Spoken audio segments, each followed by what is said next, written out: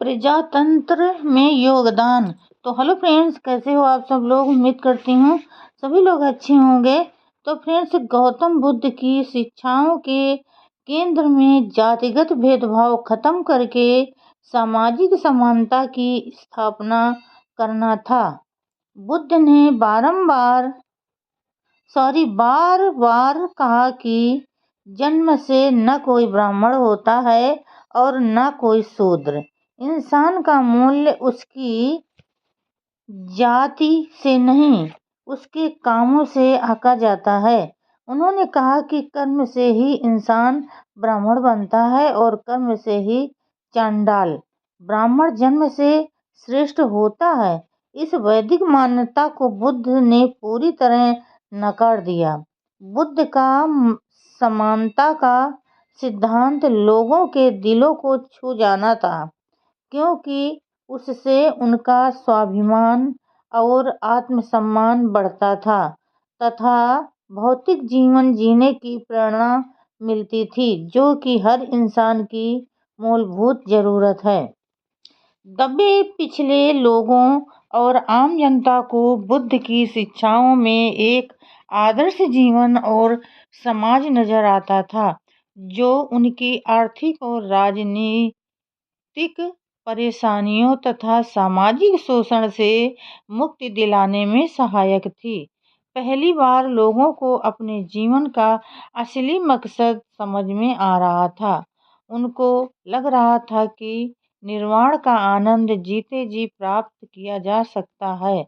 हर एक इंसान इस लायक है कि अगर वो चाहे और मन और लगन से मेहनत करे तो निर्वाण तक इसी जीवन में पहुंच सकता है। इसके लिए किसी की कृपा की आशा में न बैठे रहकर खुद मेहनत करनी होगी। गरीबी, अपराध, हिंसा, आतंकवाद से निपटने के उपाय। भगवान बुद्ध ने अपने आर्थिक और राजनीतिक विचार चक्रवर्ती सिंहनाद सूत्र और कूटदंत सूत्र में व्यक्त किए हैं।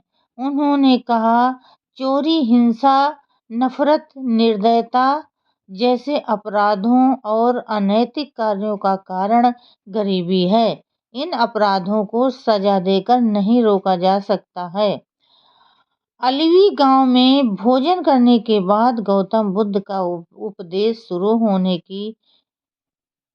होने ही वाला था कि एक किसान आ गया जो भूखा था। भगवान बुद्ध ने कहा, पहले इस किसान को खाना खिलाओ, उसके बाद ही उपदेश शुरू होगा। भगवान बुद्ध ने कहा, भूखे आदमी का मन उपदेश सुनने में कैसे लगेगा। भूख से बड़ा कोई दुख नहीं होता। भूख हमारे शरीर की ताकत को खत्म कर देती है, जिसमें हमारी खुशी, शांति, स्वास्थ्य सभी समाप्त हो जाते हैं। हमको भूखे लोगों को कभी नहीं भूलना चाहिए। अगर हमें एक समय का खाना ना मिले तो परेशानी होने लगती है, तो उन लोगों के कष्ट की कल्पना कीजिए जिनको दिनों और हफ्तों तक बराबर खाना नहीं मिलता।